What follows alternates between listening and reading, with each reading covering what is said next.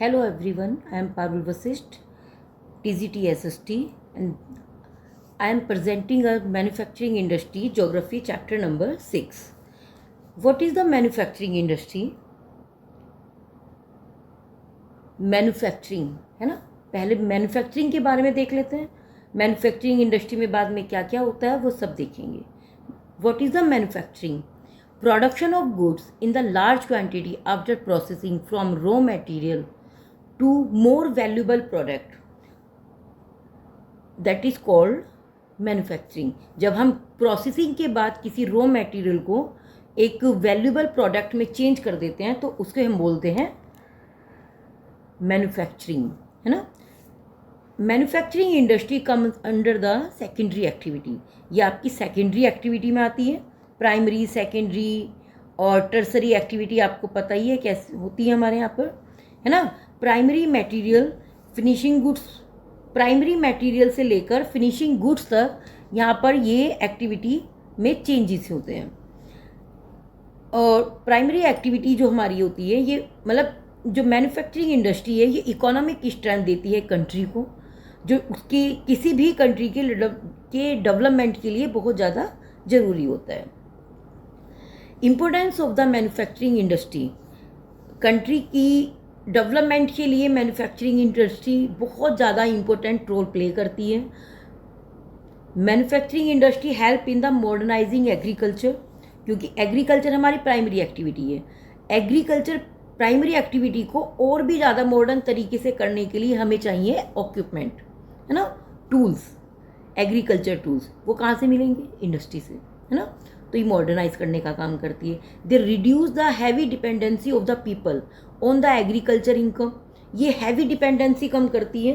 मतलब पहले क्या था कि एग्रीकल्चर पर हमारी पूरी पॉपुलेशन डिपेंड थी एग्रीकल्चर पर। अब जब से इंडस्ट्री हुई है तब से क्या हुआ है कि एग्रीकल्चर से डिपेंडेंसी थोड़ा कम हुई है। एराडिकेशंस ऑफ द अनएम्प्लॉयमेंट, जो ये बेरोजगारी है, पॉवर्टी है, ये कंट्री से उसको एराडिकेट करती है, हटाने का काम करती है। क्योंकि जितनी ज़्यादा इंडस्ट्री होंगी उतनी ज़्यादा जॉब होगी, उतना ही अनएम्प्लॉयमेंट हमारे यहाँ पर, पॉवर्टी लेवल कम होगा। Bring down the regional disparity by the establish industry in the tribal and the backward areas. Export of manufactured goods expand trade and commerce and bring in much needed foreign exchange।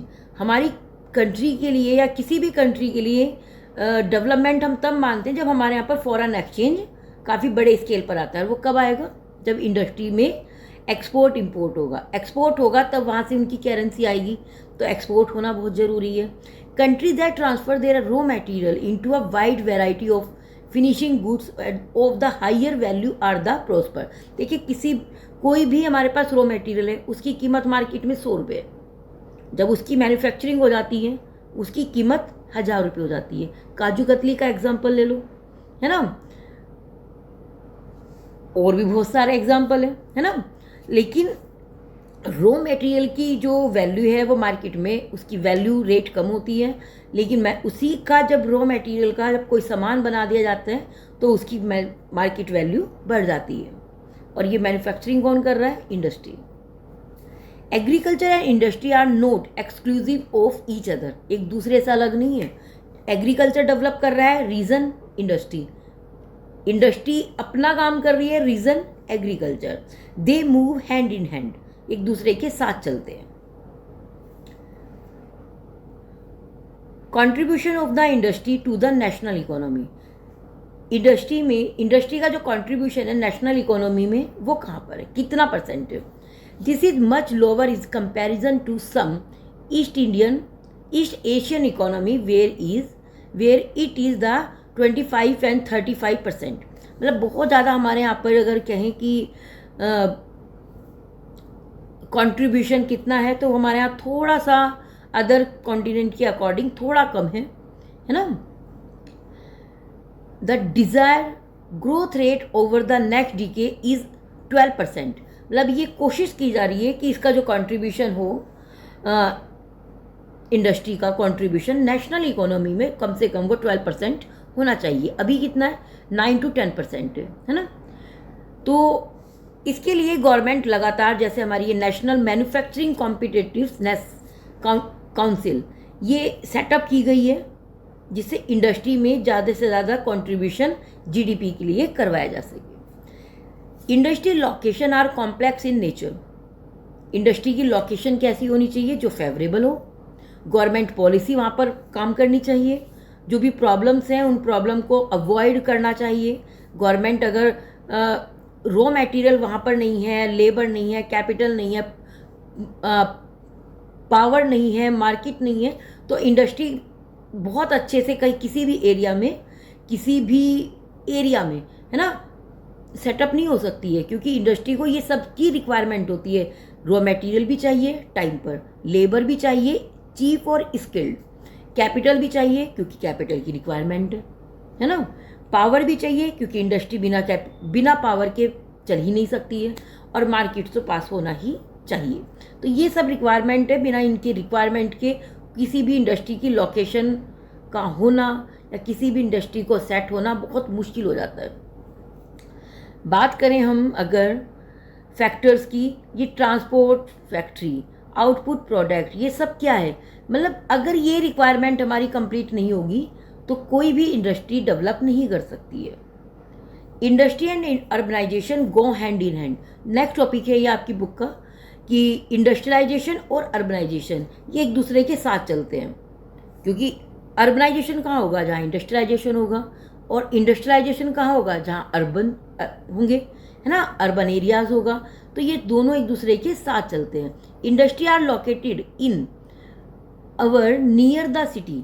जो industry होती है कभी कभी क्या देखते हैं हमारे आसपास ही होती हैं, जैसे नोएडा, गुड़गांव, ये सब क्या है आपका हरिद्वार का सिडकुल वाला एरिया, यहाँ पर सब क्या है? इंडस्ट्री आसपास वाले एरिया में है। और जहाँ पर पहले कभी सिटीज़ नहीं होते थे, अब वहाँ पर एक से एक आपको सिटी देखने के लिए मिल रहे हैं, डेवलप एरियाज देखने के लिए मिल रहे हैं, मार्केट देखने के लिए मिल रहे हैं, बैंकिंग सिस्टम देखने के लिए मिल रहे हैं। रीज़न क्या है? इंडस्ट्री। जितनी ज़्यादा इंडस्ट्री होगी उतनी ज़्यादा फैसिलिटी होंगी, है ना। Industrialisation in the pre independence era. Industrialisation starting में अगर हम बात करें उन एरियाज़ में हुआ करता था जिस एरिया में पोर्ट सिटी होते थे, क्योंकि इंडस्ट्री को चाहिए फैसिलिटीज़ ट्रांसपोर्ट की। पोर्ट एरिया से ज़्यादा फैसिलिटीज़ कहाँ होंगी? Most manufacturing unit were located near the port areas, है ना, पोर्ट एरियाज के पास होती हैं। जैसा आपका पोर्ट एरिया मुंबई हुआ, कोलकाता हुआ, दिल्ली हुआ, एक्सपोर्ट और इंपोर्ट में फैसिलिटी हो जाती है। इसलिए ज़रूरी होता है कि वो अपनी ट्रांसपोर्ट फैसिलिटी को ध्यान में रखते हुए इंडस्ट्री को सेटअप करें। Classification of industry. इंडस्ट्री का क्लासिफिकेशन देखते हैं, इंपॉर्टेंट क्वेश्चन है। रॉ मटेरियल के according classification. Agro based industry, नाम से बिल्कुल क्लियर हो रहा है, एग्रो, जिसमें एग्रीकल्चर रॉ मटेरियल का यूज़ होता है। Cotton industry, woollen, jute, silk, textile, rubber and sugar, ये सब क्या है? हमारी एग्रो बेस्ड इंडस्ट्री। इनका रॉ मटेरियल कहाँ से मिलता है? एग्रीकल्चर से। सेकंड आपका mineral based industry, iron and steel industry, cement industry, जिसका रॉ मटेरियल पूरी तरह से क्या है? मिनरल बेस है ना, limestone. Aluminium, machine, tools, petrochemical industry, इन सब में मिनरल्स का यूज़ होता है, इसलिए मिनरल बेस्ड इंडस्ट्री है। नेक्स्ट है हमारा अगर मेन रोल के अकॉर्डिंग देखा जाए तो मेन रोल के अकॉर्डिंग बेसिक और की इंडस्ट्री, जिनका जो बेसिक और की इंडस्ट्री वो इंडस्ट्री है ना हमारी, those which supply their product as a raw material, जिस इंडस्ट्री का रॉ मटेरियल ही किसी अदर इंडस्ट्री के लिए यूज़फुल होता है। जैसे हमारे घर में अगर हम फ़ैन की बात करें, अपने घर में कूलर की बात करें, ये हमारे पास इनका रॉ मटेरियल कौन दे रहा है? कोई और इंडस्ट्री दे रही है ना। ये कम बना रहे हैं सामान, की इंडस्ट्री, बेसिक इंडस्ट्री इनकी आयरन हो रहे हैं। तो इस तरह की इंडस्ट्री जो किसी और इंडस्ट्री का बेसिक मटेरियल प्रोवाइड करती है उनको बेसिक इंडस्ट्री बोलते हैं। कंज्यूमर इंडस्ट्री वो होती है जिनके पास फिनिशिंग गुड्स होते हैं, है ना, that produce goods for direct use, मतलब डायरेक्ट मार्केट के लिए डायरेक्ट कंज्यूमर के लिए सामान बना रहे हैं। जैसे शुगर डायरेक्ट कंज्यूमर के लिए, लाओ चाय में डालो और यूज़। ऐसे आपका टूथपेस्ट हुआ, पेपर हुआ, पेपर से पहले आप पेपर बना थोड़ी ना रहे हो घर में, पेपर लाए उनको लिखना शुरू किया, पेपर लाए उनको करना, उन पर काम करना स्टार्ट किया। फैंस वगैरह ये सब हमारी क्या है? Consumer industry. कैपिटल के बेस पर हमारे यहाँ पर जो इंडस्ट्री है वो स्मॉल स्केल इंडस्ट्री, जिन पर कम कैपिटल इन्वेस्ट की जा रही है। Small scale industry, large scale industry, जिस पर ज़्यादा कैपिटल खर्च हो रहा है वो लार्ज स्केल इंडस्ट्री है। ऑनरशिप के बेस पर अगर हम क्लासिफिकेशन करें ऑनरशिप के बेस, जो एक होती है पब्लिक, जो गवर्नमेंट एजेंसी जिनको सुपरवाइज कर रही है, ऑपरेट कर रही है। प्राइवेट इंडस्ट्री, जिनको कोई इंडिविजुअल पर्सन ऑपरेट कर रहा है। जॉइंट इंडस्ट्री यहाँ पर गवर्नमेंट और स्टेट, गवर्नमेंट और कोई एक इंडिविजुअल पर्सन उसको ज्वाइन कर रहा है, उसको ऑर्गेनाइज कर रहा है ना। इसके अलावा है कोऑपरेटिव सेक्टर। कोऑपरेटिव सेक्टर में जो प्रोड्यूसर होते हैं और जो उसके रॉ मटेरियल्स सप्लायर्स होते हैं, इन दोनों का अपना अपना कंट्रीब्यूशन होता है, इसलिए ये कोऑपरेटिव सेक्टर में आते हैं आपकी, है ना। For example sugar industry. Bulk and weight, अगर वेट के अकॉर्डिंग हम क्लासिफिकेशन करें इंडस्ट्री का, तो हैवी इंडस्ट्री जिसका रॉ मटेरियल ही हैवी होता है, लाइट इंडस्ट्री जिसका मटेरियल लाइट वेट होता है ना। जैसे आपके बल्ब में यूज़ होने वाले वायर्स, ये सब क्या है आपके लाइट इंडस्ट्री में आते हैं। आयरन और शुगर केन, इनका रॉ मटेरियल क्या है, हैवी है, तो heavy industry. Agro based industry classification अगर हम करें, एग्रो बेस्ड इंडस्ट्री में आपकी बुक में सबसे पहली इंडस्ट्री है textile industry. Unique position in the Indian economy, unique position है क्योंकि टेक्सटाइल हमारे पूरे वर्ल्ड में, इंडिया का टेक्सटाइल काफ़ी फेमस होता है। Significant contribution to the industrial production and the employment generation and the exchange, foreign exchange, क्योंकि मार्केट में पूरे वर्ल्ड में हम एक्सपोर्ट कर रहे हैं अपने यहाँ के टेक्सटाइल को, तो फॉरेन एक्सचेंज के लेवल पर भी, एम्प्लॉयमेंट के बेस पर भी हम काफ़ी बड़े स्केल पर टेक्सटाइल में अपनी पोजीशन रखते हैं। Self reliant and the complete in the value chain, मतलब हम सेल्फ डिपेंडेंट हैं टेक्सटाइल के लिए। इसका जो रॉ मटेरियल है वो हमें कहीं अदर कंट्री से इंपोर्ट नहीं कराना पड़ता, हम उसके लिए काफ़ी अच्छे स्केल पर अपने यहाँ पर ही प्रोडक्शन कर लेते हैं। नेक्स्ट है value editing. Value editing in the textile industry, थोड़ा सा बड़ा करके देखते हैं, है ना, कि क्या क्या इससे मतलब क्या प्रोसेस है। इनके प्रोसेस देखिए, पूरा एक प्रोसेस दिखाया हुआ है, आपकी बुक में भी है। फाइबर का प्रोडक्शन कैसे होता है, पहले रो फाइबर हमारे पास होता है, रो फॉर्म में होता है, उसके यार्न बनते हैं, यार्न से फैब्रिक बनता है, फैब्रिक से गारमेंट बनता है। सीधा मार्केट से गारमेंट हम जो लेकर आ रहे हैं उसके पीछे बहुत सारे प्रोसेस हमारे पास होते हैं, जो हमें प्रोसेसिंग, उन प्रोसेसिंग को हम पढ़ने के बाद ही पता कर सकते हैं, क्योंकि पहले रॉ मटेरियल की फॉर्म में हमारे पास कच्चा सूत होता है, सूत बोलते हैं ना, यार्न है ना, फैब्रिक नहीं फाइबर होता है, फिर फैब्रिक होता है, फिर गारमेंट हमारे पास आते हैं, मतलब एक प्रोसेस के बाद। नेक्स्ट है हमारा कॉटन इंडस्ट्री, कॉटन टेक्सटाइल। ये आपका फैब्रिक में ही टेक्सटाइल इंडस्ट्री का फर्स्ट पार्ट है, कॉटन टेक्सटाइल। एंशिएंट इंडिया में अगर हम बात करें कि हमारे पास cotton textile were the produce with the hand spinning, हाथ से बनाए जाते थे चरखे से, है ना। तो ये टेक्निक हमारे यहाँ पे यूज़ होती थी। After the 18th century power loom come into use. 18th century के बाद काफ़ी कुछ चेंज हुआ। क्या क्या चेंज हुआ, power loom and the traditional industry में क्या इम्पैक्ट हुआ, है ना। They suffer a setback during the colonial period, मतलब हमारे यहाँ पर जो ये पावर लूम होते थे, इंडस्ट्री होती थी, उन इंडस्ट्री का इफेक्ट हुआ कि कॉलोनियल पीरियड के टाइम पर हमने काफ़ी कुछ फेस किया, क्योंकि हमारे यहाँ पर जो हैंडलूम वगैरह का वर्क होता था इंडस्ट्रियल, उसके कॉलोनाइजेशन की वजह से वो कम्प्लीटली फेल हो चुका था, क्योंकि इंग्लैंड में हमारा सारा रॉ मटेरियल सेंड कर दिया जाता था, है ना। First successful textile mill was establish in Mumbai in 1854। 1854 में हमारे यहाँ पर पहली सक्सेसफुल टेक्सटाइल मिल थी मुंबई में। इसके बाद काफ़ी हमारी सिचुएशन ख़राब हुई, ब्रिटिश के हम स्लेव हुए, गुलाम हुए, और हमारे यहाँ का डेवलपमेंट काफ़ी पीछे भी रह गया, है ना। नेक्स्ट टॉपिक है हमारा, ये सब देख लेना, इंडियन टेक्सटाइल ट्रेड का जो है। India export yarn to Japan, है ना। Other importance of cotton goods from the India are USA, UK, Russia, France, Nepal, Sri Lanka, Singapore and African countries. ये सब इम्पोर्टेंट कॉटन एक्सपोर्टर हैं जहाँ पर हम इंडियंस वहाँ पर सप्लाई करते हैं. Our spinning mill are competitive at the global level. हमारी जो स्पिनिंग मिल्स हैं उनका ग्लोबल लेवल पर काफ़ी कंपटीशन रहता है. वीविंग, नीटिंग, प्रोसेसिंग यूनिट ये can not use much of the higher quality yarn that is produce in the country.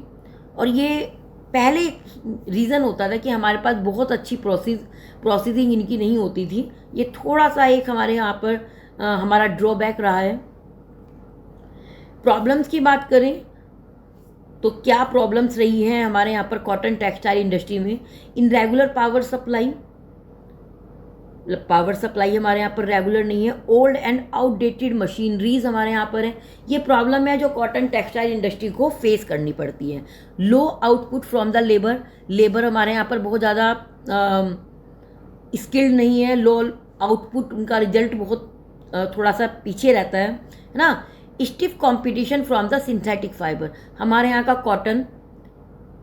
Cotton को सिंथेटिक फाइबर से कंपटीशन करना ही पड़ता है. सिंथेटिक फाइबर क्या है, उसका कंपटीशन, क्योंकि मार्केट में उसकी रेट भी कम है. उसके रेट कम होने की वजह से कॉटन को उसके साथ कंपटीशन में रहना ही पड़ता है. तो कंपटीशन काफ़ी टफ होता है. नेक्स्ट इंडस्ट्री है हमारी जूट इंडस्ट्री, जिसका India is the largest producer of raw jute and jute goods and stand in the second place export after the Bangladesh. Bangladesh के बाद हमारा सेकंड प्लेस पर आते हैं हम, है ना. सबसे ज़्यादा जो मिल्स हैं हमारे यहाँ पर located in the West Bengal, mainly along the bank of the Hooghly river. ये हुगली रिवर के पास, क्योंकि जूट इंडस्ट्री वहीं पर हो सकती है जहाँ पर बहुत ज़्यादा बड़े स्केल पर इसको पानी मिल जाता है. तो हुगली रिवर, सुंदरवन डेल्टा बनाते हैं उस एरियाज़ में, है ना. गंगा ब्रह्मपुत्र डेल्टा बनता है. तो पानी की कोई कमी तो नहीं है वेस्ट बंगाल में. तो सबसे ज़्यादा जो प्रोडक्शन होता है वो वेस्ट बंगाल में होता है जूट का. Factor responsible for their location in the Hooghly basin are. वे फैक्टर क्या क्या है, देखिए. पहला तो है कि जूट प्रोडक्शन ही वहाँ पर होता है तो इंडस्ट्री वहीं पर सेटअप होगी. दूसरा, वहाँ पर वाटर सप्लाई बहुत अच्छी है. रोड नेटवर्क बहुत अच्छा है.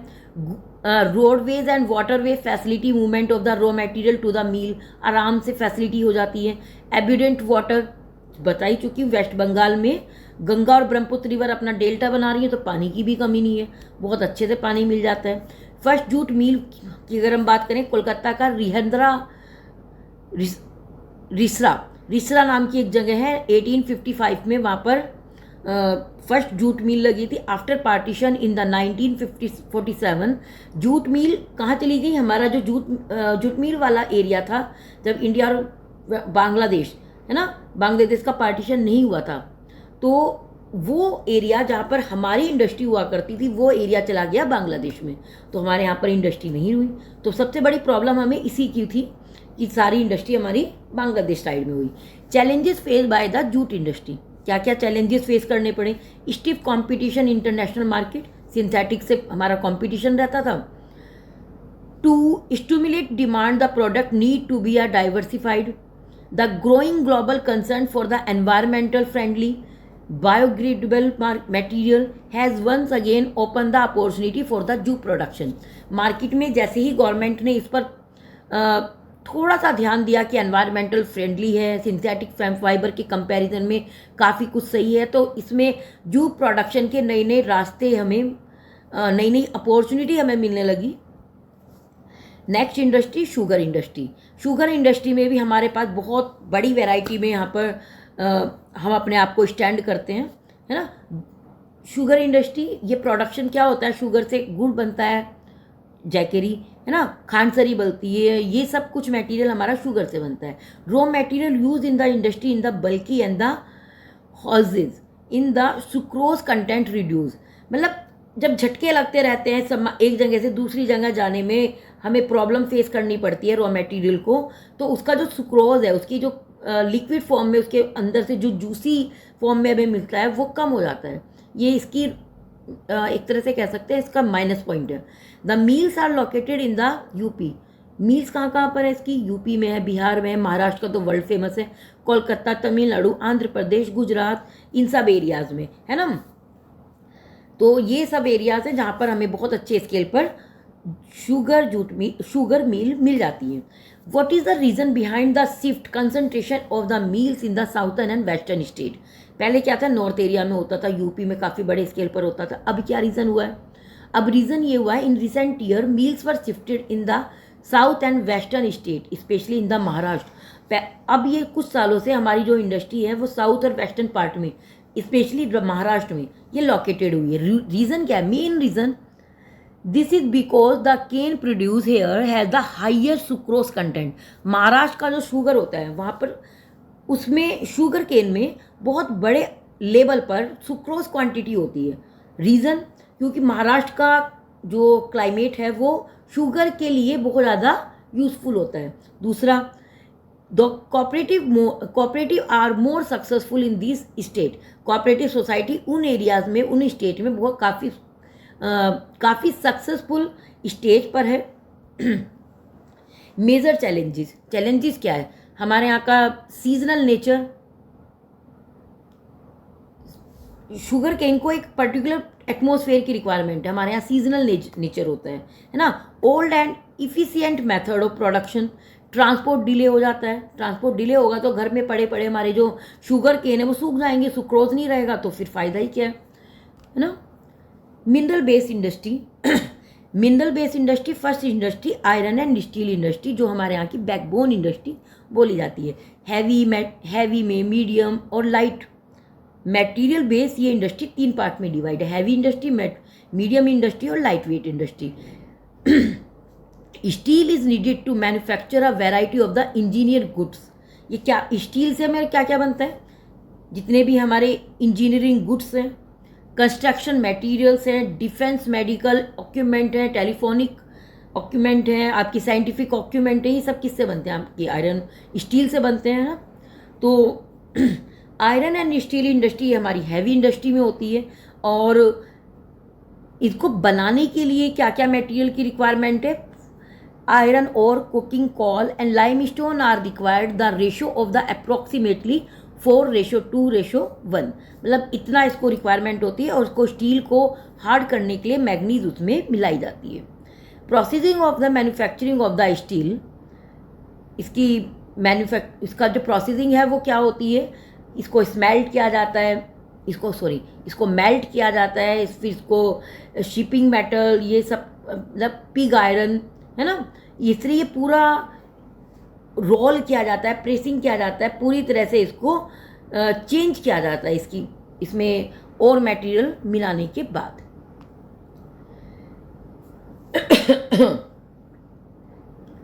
मिनी स्टील प्लांट और इंटीग्रेटेड स्टील प्लांट, इन दोनों में डिफरेंस क्या है? मिनी स्टील प्लांट, ये नाम से ही समझ में है ना, smaller and the have electronic furnaces use the steel scrap and the sponge iron. They produce mild and the alloy steel of the given the specifications. Integrated steel की अगर हम बात करें, लार्ज इन द साइज, ये बड़े scale पर होती है। आपकी मिडिल जो आपकी मिनी स्टील प्लांट है ये छोटे लेवल पर होता है ना। Why the per capita consuming of the steel so low in India? ये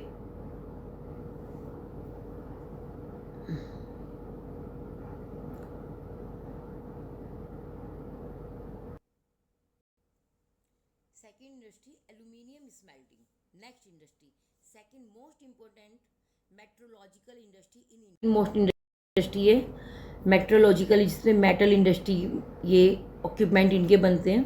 it is a light resident and the corrosion of the good conductor of heat malleable, इसमें एक गुड कंडक्टर होता है एल्यूमिनियम, है ना।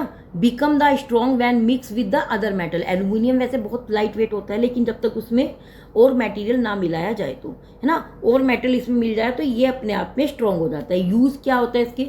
फॉर मैन्युफैक्चरिंग एयरक्राफ्ट बनाने में, utensil बनाने में, वायर्स बनाने में इसको यूज़ किया जाता है ना। रॉ मटेरियल क्या है एल्यूमिनियम का? एल्यूमिनियम का रॉ मटेरियल है बॉक्साइड। बॉक्साइट से बनता है एल्यूमिना और एल्यूमिना से बनता है एल्यूमिनियम ना। देखिए 4 to 6 टन ऑफ बॉक्साइट की रिक्वायरमेंट होती है 2 टन एल्यूमिना बनाने में, और 2 टन एल्यूमिना से 1 टन बनता है एल्यूमिनियम। नेक्स्ट है हमारी केमिकल इंडस्ट्री। केमिकल इंडस्ट्री की अगर हम बात करें, केमिकल इंडस्ट्री ये हमारे यहाँ की फास्ट ग्रोइंग और डाइवर्सिफाइड इंडस्ट्री है। सभी चीज़ों में तो केमिकल डलता है ना। तो ये ऑर्गेनिक और अनऑर्गेनिक सेक्टर दोनों में अपना बहुत तेज़ी के साथ ये ग्रोथ कर रही है। Chemical industry is its own largest consumer. मतलब केमिकल इंडस्ट्री एक वो इंडस्ट्री है जो सभी इंडस्ट्री के लिए रिक्वायरमेंट होती है, जिसकी एग्रीकल्चर कर रहे हो तब केमिकल चाहिए आपको, पेस्टिसाइड की फॉर्म में है ना, इंसेक्टिसाइड की फॉर्म में। आप किसी भी तरह से, आप पेंट इंडस्ट्री की बात करो उसमें केमिकल चाहिए हमें, है ना। तो केमिकल इंडस्ट्री अपने आप में बहुत बड़ी इंडस्ट्री है, बहुत क्या इसकी रिक्वायरमेंट बहुत ज़्यादा है। Fertiliser industry, fertiliser industry is the centre around the production is the nitrogen fertiliser. जो फर्टिलाइज़र इंडस्ट्री है ये इसमें जो नाइट्रोजन फर्टिलाइज़र से ये प्रोड्यूस होता है, mainly urea, phosphoric fertilisers and ammonium phosphoric complex fertiliser which have the combination of the nitrogen phosphoric and the potash. ये इन सब के कॉम्बिनेशन से हमारी फर्टिलाइज़र इंडस्ट्री काम करती है। पोटास की अगर हम बात करें, पोटास हमारे यहाँ पर बहुत बड़े स्केल पर नहीं है। पोटास को हम अदर कंट्री के से इंपोर्ट ही कराते हैं, पूरी तरह से इंपोर्ट कराते हैं। After the green revolution the industry expanded. Fertiliser industry हमारे यहाँ पर तब से डेवलप हुई है जब से हमारे यहाँ पर ग्रीन रेवोल्यूशन डेवलप हुआ है। Major producer Gujarat, Tamil Nadu, UP, Punjab और केरला। सीमेंट इंडस्ट्री की अगर हम बात करें, cement in the essential for the construction activity. मतलब आप देखिए सीमेंट इंडस्ट्री हमारे यहाँ पर सबसे ज़्यादा यूज़ होने वाली इंडस्ट्री है। घर बना रहे हो सीमेंट चाहिए, रोड बना रहे हो सीमेंट चाहिए, ब्रिज बना रहे हो सीमेंट चाहिए, आप कोई डैम बना रहे हो तो आपको सीमेंट की रिक्वायरमेंट होती है।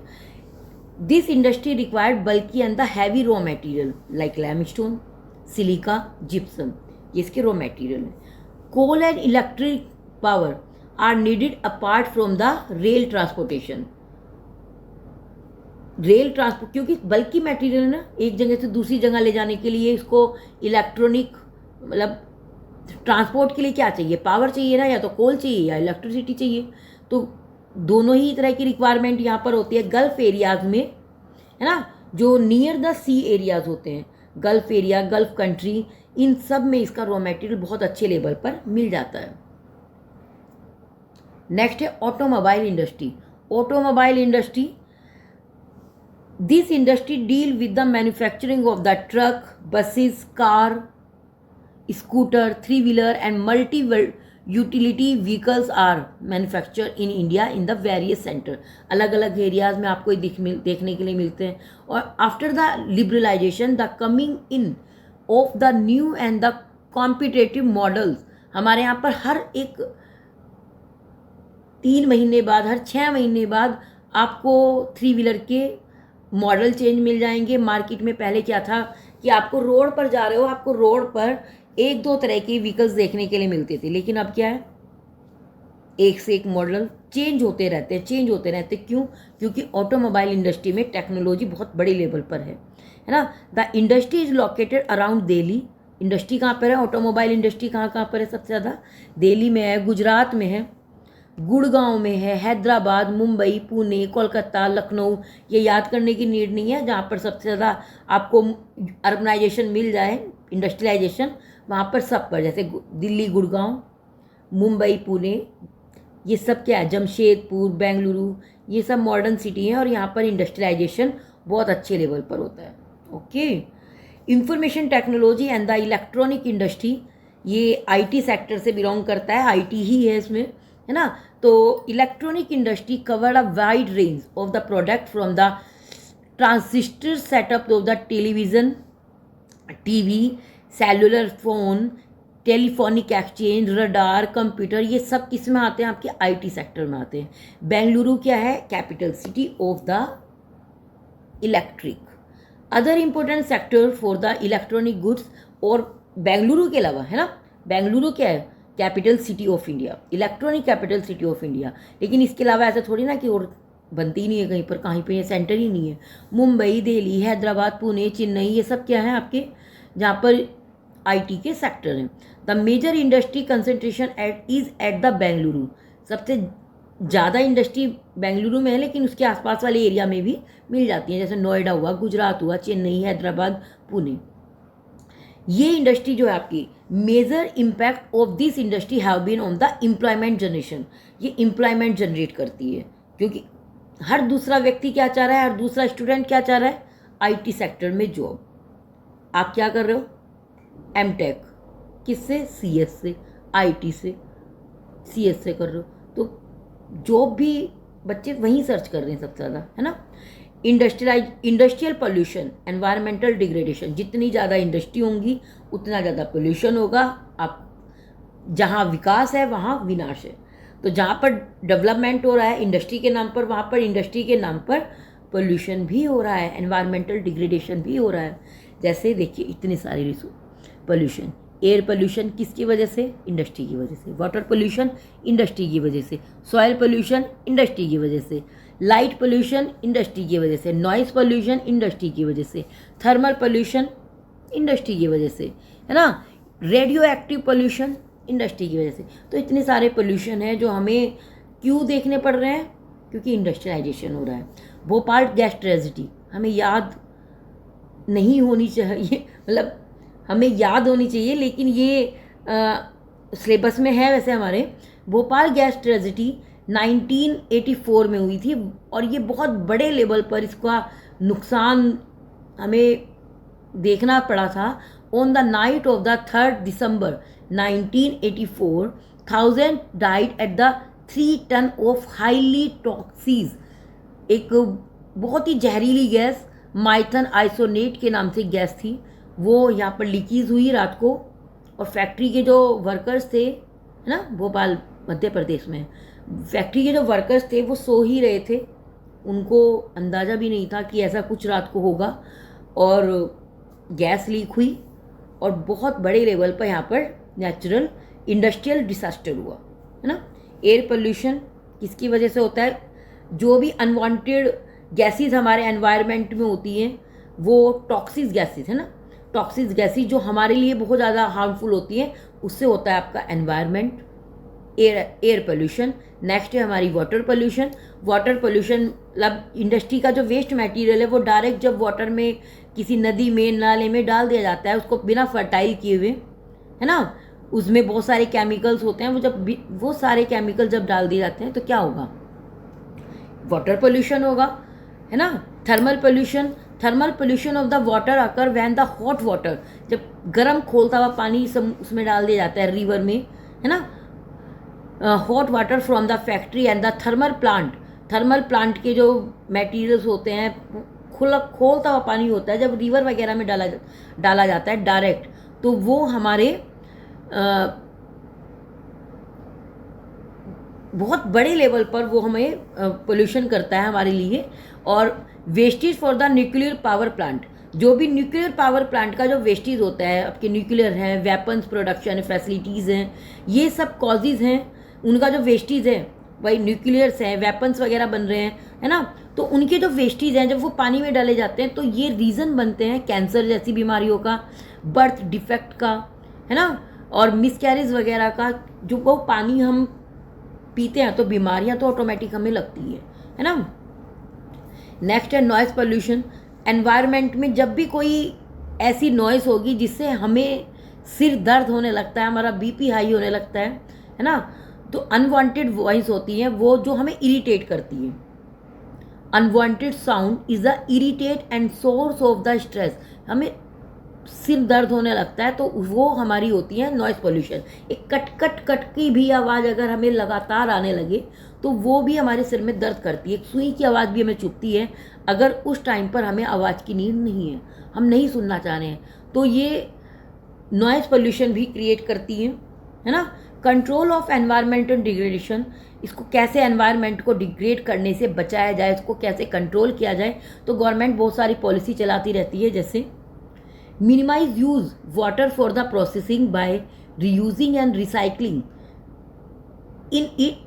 इट इन 2 और मोर सक्सेसिव स्टेज। मतलब ज़्यादा से ज़्यादा उसको रिसाइकलिंग करें, रीयूजिंग करें, उसके बाद ही उसको प्रोसेसिंग उस पर लेकर जाएं कि उसको सीधा फ्लो करना है ना। Harvesting of the rain water to meet water requirement, जितना हो रेन वाटर को सेव करें, ज़्यादा से ज़्यादा सेव करें। Treat hot water and the influential before the releasing them in river and pond. मतलब जो हॉट वाटर होता है उसको ट्रीट करें अच्छे से, उसको जहाँ तक हो सके उसको रिफाइन करें, है ना। सीधा डायरेक्ट उसको किसी रिवर में और पॉन्ड में ना डालें, उसको ट्रीटमेंट करने के बाद डाला जाए। ट्रीटमेंट हमारे यहाँ पर प्राइमरी, सेकेंडरी और टर्सरी फॉर्म में दिए होते हैं। जब हम मैकेनिकल प्राइमरी स्टेज पर उसको करते हैं, ट्रीटमेंट करते हैं वाटर का, वो प्राइमरी स्टेज होता है। सेकेंड स्टेज पर बायोलॉजिकल प्रोसेस में आता है, और टर्सरी में बायोलॉजिकल, केमिकल और फिजिकल प्रोसेस, इन सब के बाद ही वाटर की जो रिसाइकलिंग होती है उसे हम वेस्ट वाटर की रिसाइकलिंग, उसको फिर हम उसको किसी पॉन्ड में या रिवर में उसको रिलीज कर देते हैं। वे टू स्टॉप पोल्यूशन, कैसे कैसे पोल्यूशन को स्टॉप किया जा सकता है, रोका जा सकता है। हम over drawing of the ground water reserve by the industry can be reduce particulate matter in the air can be reduced by the fitting smoke snack to the factory with the chimney होती है, घरों में लगी हुई होती है ना। तो उनमें स्मोक स्टैक होता है, जिससे वो जो एयर हम जा रही है एनवायरनमेंट में वो थोड़ा फिल्टर होके जाए, है ना। तो ये ज़रूरी होता है कि ये इंडस्ट्री पर भी ये यूज़ किया जाए, है ना। Smoke can be reduce by using oil and gas, oil और gas instead of the coal in the factory. Smoke को भी कम किया जा सकता है, कोल इंडस्ट्री को का थोड़ा सा कम यूज़ किया जाए, गैसेस का यूज़ ज़्यादा किया जाए, है ना। Machinery and equipment can be use and the generate should be the filter with the silencer. Air water noise pollution कम करने के लिए हम मशीनों में जो इंडस्ट्री में लगी होती हैं, इक्विपमेंट लगे होते हैं, उनमें हम जनरेटर वगैरह फिट करवा सकते हैं, जिस साइलेंसर वगैरह फिट करवा सकते हैं, जिससे नॉइज़ पोल्यूशन कम से कम हो। कुछ इस तरह के डिज़ाइन हम मशीन के बनवा सकते हैं जिससे नॉइज़ पोल्यूशन कम किया जा सके। नॉइज़ अब्जॉर्बिंग मटेरियल यूज़ करके भी हम उसको, जैसे अगर हम कहीं मार्केट उसमें जा रहे हैं, ट्रेन में जा रहे हैं, फ़ोन बहुत तेज़ से चला रखा है, नहीं है पसंद किसी को, आवाज़ पसंद नहीं आ रही है, तो उससे तो बेहतर है ना कि हम एयरफोन का यूज़ करें, कम से कम सामने वाला तो इरिटेट नहीं होगा, नॉइज़ पोल्यूशन तो वो भी है ना। एनटीपीसी, ये लास्ट टॉपिक है हमारा, है ना। लास्ट टॉपिक है एनटीपीसी। ये एनटीपीसी मेजर पावर क्या है, पहले तो ये देख लेते हैं हम। ये एनटीपीसी क्या है? Major power providing corporate in India. This has it has ISO certified for the EMS environmental management system, ये करती है हमारा, है ना। NTPC का काम होता है एनवायरनमेंट को डिग्रेड होने से बचाना। तो ये क्या क्या काम करती है? Optimum utilisation of the equipment, adopting the latest technology and upgrading existing equipment. ये चेक करती रहती है हर जगह पर। एनटीपीसी का काम होता है ये कि वो अपग्रेडिंग सिस्टम, टेक्नोलॉजी को ज़्यादा से ज़्यादा इंडस्ट्री में सेट करवाए। Minimising waste generation by the maximising ash utilisation, ash यानी कि राख, उसको ज़्यादा से ज़्यादा यूटिलाइज किया जाए। Providing green belt for the nourishing ecology, जो ये ग्रीन बेल्ट होती है कि आपकी इंडस्ट्रियल एरियाज के पास होनी चाहिए, इसको ध्यान में रखती है ये कि ये भी होनी चाहिए, मतलब ये सब कुछ चेक करने का काम करती है। Reducing environment pollution through the ash and management, ash water recycling, waste system, liquid waste management. ये कम से कम, मतलब ये ऐश जो होती है, जो राख होती है, ये भी हमारे एनवायरनमेंट को डिग्रेड करती है। तो ये कम से कम कैसे डिग्रेड करे इसको देखने का काम भी एनटीपीसी का होता है। इकोलॉजिकल मॉनिटरिंग रिव्यू पूरा चेक करना है ना, उसकी मॉनिटरिंग करना, उसको रिव्यू करना, ऑनलाइन डाटाबेस मैनेजमेंट, ये सब कुछ करना, ये काम होता है एनटीपीसी का। मैप वर्क की बात करें तो इस चैप्टर का मैप वर्क बहुत इंपॉर्टेंट है। सबसे पहला पूछी जाएगी आपसे कॉटन टेक्सटाइल इंडस्ट्री कहाँ पर है, तो कॉटन टेक्सटाइल इंडस्ट्री हमारे सब्जेक्ट जो सीबीएसई में नाम दिए हुए हैं, कॉटन टेक्सटाइल इंडस्ट्री है ना, जो Manchester of the northern India भी बोला जाता है। कानपुर यूपी में है, कानपुर बिल्कुल लोकेशन दी हुई है, बिल्कुल क्लियर कट है ना। नेक्स्ट इंदौर का है एमपी में। ये मैप जो है वो आपके एज इट इज़ सीबीएसई वाले मैप हैं, तो ये आप बहुत ध्यान से देखेंगे। सूरत कॉटन टेक्सटाइल इंडस्ट्री, सूरत का है गुजरात, तो ये गुजरात में शो हो रहा है। मुंबई महाराष्ट्र, कोयम्बटूर तमिलनाडु। मैन्युफैक्चरिंग इंडस्ट्री की अगर हम बात करें, iron and steel industry Bokaro Jharkhand. Durgapur west Bengal. Bhilai Chhattisgarh. Jamshedpur कहाँ पर है ना, ये है आपका Jharkhand. Vijayanagar Karnataka. Salem Tamil Nadu. Manufacturing industry software technology park, जो सबसे ज़्यादा एग्जाम में पूछा भी गया है ना, नोएडा यूपी और दिल्ली के बॉर्डर पर। गांधीनगर गुजरात। मुंबई और पुणे दोनों गुजरात, लोकेशन अलग अलग है। मुंबई कोस्टल एरिया में है और ये थोड़ा सा उसके नियर है ना। हैदराबाद आंध्र प्रदेश, हैदराबाद में है ना। देखो Hyderabad has been the backbone for the growth of the software and the hardware industry in Andhra Pradesh. ये आंध्र प्रदेश में, तेलंगाना में since the last 3 decades and has the embedded Hyderabad to the, जब से तब ये अलग हुआ है, पहले तो हैदराबाद पूरा ही था आंध्र प्रदेश है ना, जब से तेलंगाना और ये अलग हुआ है तो थोड़ा सा इसमें क्लैश हुआ है। नेक्स्ट है बेंगलुरु कर्नाटका में। चेन्नई तमिलनाडु में है, ये आईटी सेक्टर है हमारे है ना। तिरुवनंतपुरम केरला। ये हमारी लास्ट पीपीटी थी। Thank you very much.